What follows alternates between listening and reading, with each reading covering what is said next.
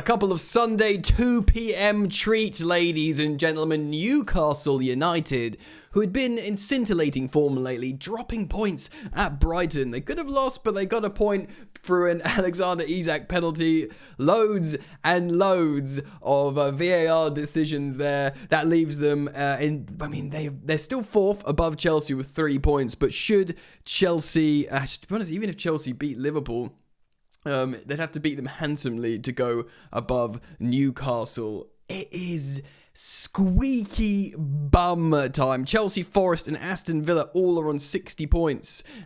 Just behind fourth place Newcastle on 63.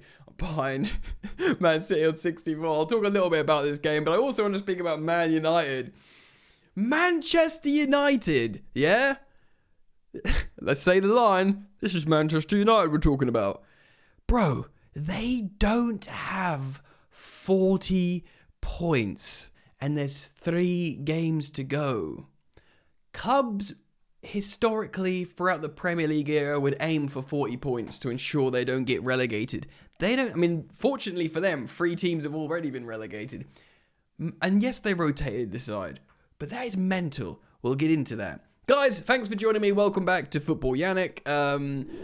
Thanks for your support. I uploaded 3 times yesterday, which is a lot of videos. I upload every single day here on the channel. Yeah, here on the channel. My brain's melting. But sometimes multiple times. So thank you for joining me. Thank you for liking and subscribing. 16,100 subs and growing. Amazing, amazing. So thank you so much. Yeah, look, Newcastle were away to Brighton. And they'd scored a lot of goals lately, yeah. And it was a really interesting game. It was, to be honest, it was the likes of Belieber who maybe let Brighton down a little bit, who's been one of their better players recently. It was statistically quite even in the first half. I think not a big amount of XG. It was a little bit tentative. Minter, of course, the former Newcastle United player, getting the goal that for a long time looked like was going to be the winner. There was only one big chance apiece in this game, but there was a lot of ups and downs. And Minter I couldn't get my head around what the heck he was doing as this celebration. Because obviously, apparently Eddie Howe didn't want to sell him, but they had to sell him. It was financial PSR reasons, yada, yada, yada. He scored against them before and done some confusing celebration. So he scored again. He looks wicked, Minter. He looks like a proper player, yeah. Definitely the best player on the pitch for Brighton on the day, if not best outfield player for Bergen in goal. Was excellent. And he did some celebration where he sort of looked like he was going to apologize. He went up to the Newcastle fans, sort of did prayer hands, sorry, and no. And then started kissing and tapping the Brighton badge. I'm like, what are you doing, man? What is this emotional roller coaster? Are you apologizing? Are you mugging them off? Are you praying for them? What's going on? Let me know what you think if you can get your head around what that meant. Look, Newcastle are still in a very healthy position. Of course, they are yet to play Chelsea at home. They will back themselves, unfortunately, for my mob. But even if they draw, they'll still feel like they're in a strong position to finish 4th or 5th. Maybe, of course, anything can happen, bro. I'm recording this before the Chelsea-Liverpool game, where Liverpool have rotated a bit, but rather frustratingly not enough for my liking. Yeah, man, so a point shared. Brighton are also in the chase for European football. They are level on points with 9th, with Brentford, we're about to talk about them. And, of course, 8th place is Conference League football. So they are 1 point behind Conference League football, and Fulham are only 2 points behind. So the race for Conference League, I guess Europa League, no one's really racing for Europa League. People are racing for Conference League, and then people who don't get Champions League will be like, oh man, Europa League. So it's so exciting. It's so much is happening. So let's talk about Brentford, who are also getting involved with the chase for some form of European football. I'm just going to pull up the deets for that game now. Look, of course, Man United's domestic season is over, yeah, and they did rotate here.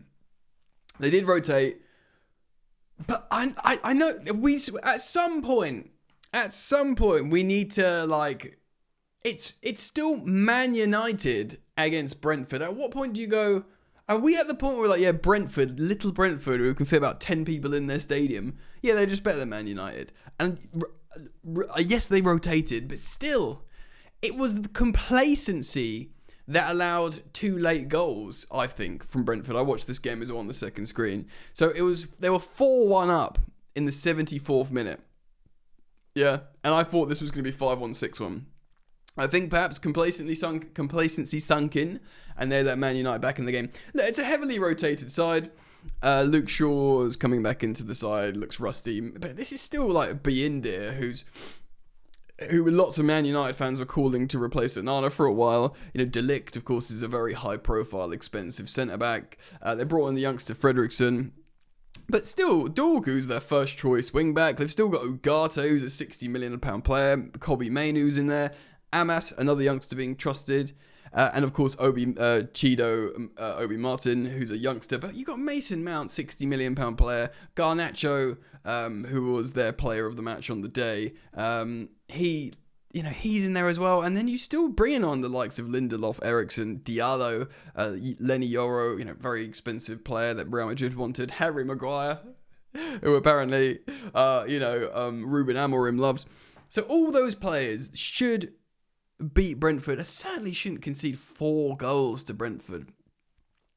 And I think what compounds this is, yes, you've got bigger fish to fry. You're going to win the Europa League as far as I'm concerned. I think Man United are going to win the Europa League because they'll meet Tottenham. Tottenham are just absolutely pony. I think Bodo would have a better chance of beating United than Tottenham, genuinely.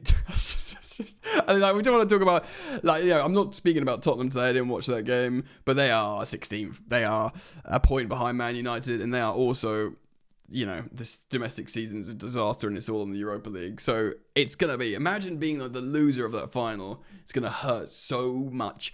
But yeah, the point I'm trying to make is he's 3-0 up from the away leg, the first away leg, with one of their most important defenders being sent off and then obviously being suspended for this home game at Old Trafford, where they're 3-0 up against Athletic Club de Bilbao, whatever you want to call them, who are predominantly a defensive side that rely on their defense to win games. And they're away from home, and they got an overturn, a 3-goal deficit. It's simply not going to happen. But clearly Ruben Amorim was like, well, bun any forms of injuries, this, that, and the other. I'm going to rotate heavily. Of course, it's Brentford's first team. And little old Mason Mount, combining with Alejandro Garnacho, really early doors in the 14th minute, running onto a square ball from Garnacho and finishing it well.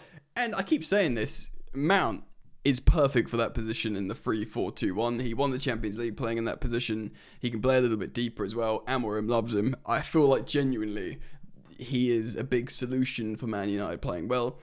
As a Chelsea fan, I don't have any love lost for him personally. I'm very thankful for his service in the Champions League. But, he's defected to the north. He's defected to the red. So whatever.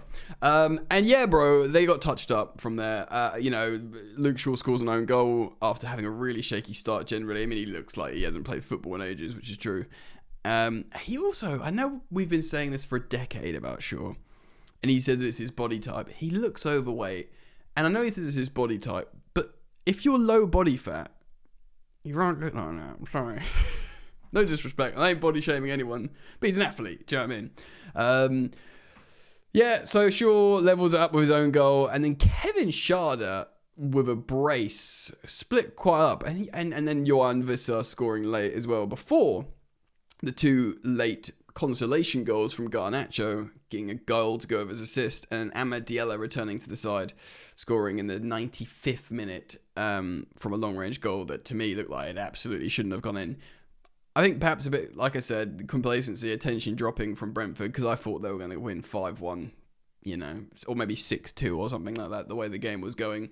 I did also want to mention, in the absence of Ivan Toney, how will little old Brentford survive? Well, I'll tell you, Kevin Schade, Johan Visser, and Brian Mbeumo, they're all sick. They're all wicked. Their attack has got more, because it used to be Tony and Mbeumo, do you know what I mean? And maybe Johan Visser will be rotated in. Now all these 3 guys are playing, and they're all awesome. The attack's got more talented in Ivan Toney's absence.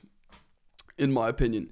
Look, man, again, the headline here is Man United have got 39 points with 3 games to go. That is mental. That is unprecedented. They've got a -9 goal difference. A -9 goal difference. -9. That's mental. That is mental. It really is. Still, they won't care if they win the Europa League because their targets will be met. But they will look back, yeah. They will look back at this situation and be like, wow, we got, So how many points are they going to get? Let's just quickly, before we wrap this up, I'm going to look at their fixtures, yeah. Because I want to know. So they got Athletic Bilbao up next. They've got, hold on 1 second. Let me see. They got West Ham. Which is a 6-pointer. It's like, it genuinely is, isn't it? I mean, West Ham are dismal. They got Chelsea away. Oh my God. And then they got Villa at home. I mean, apart from West Ham, maybe they get their point there. They might they hope they lose to Chelsea away. And I don't fancy them against Villa, a Villa chasing Europe. So that 1 point that they need for 40 points at home against West Ham, to be fair, they did get some goals back. And once they do get past the Athletic Club and they qualify for the final, the first teamers will come back in to keep sharp. And they should just slap up West Ham because they are absolutely awful. One place above the relegation zone, and Graham Potter he's just not done it, is he? He's not that guy whatsoever. All right, let me know what you think, guys. Thanks for joining me. Thank you for supporting the channel as always. I feel the love. Thank you for liking and subscribing, and I hope to see you back. Daily content, of course. Enjoy the football. Peace.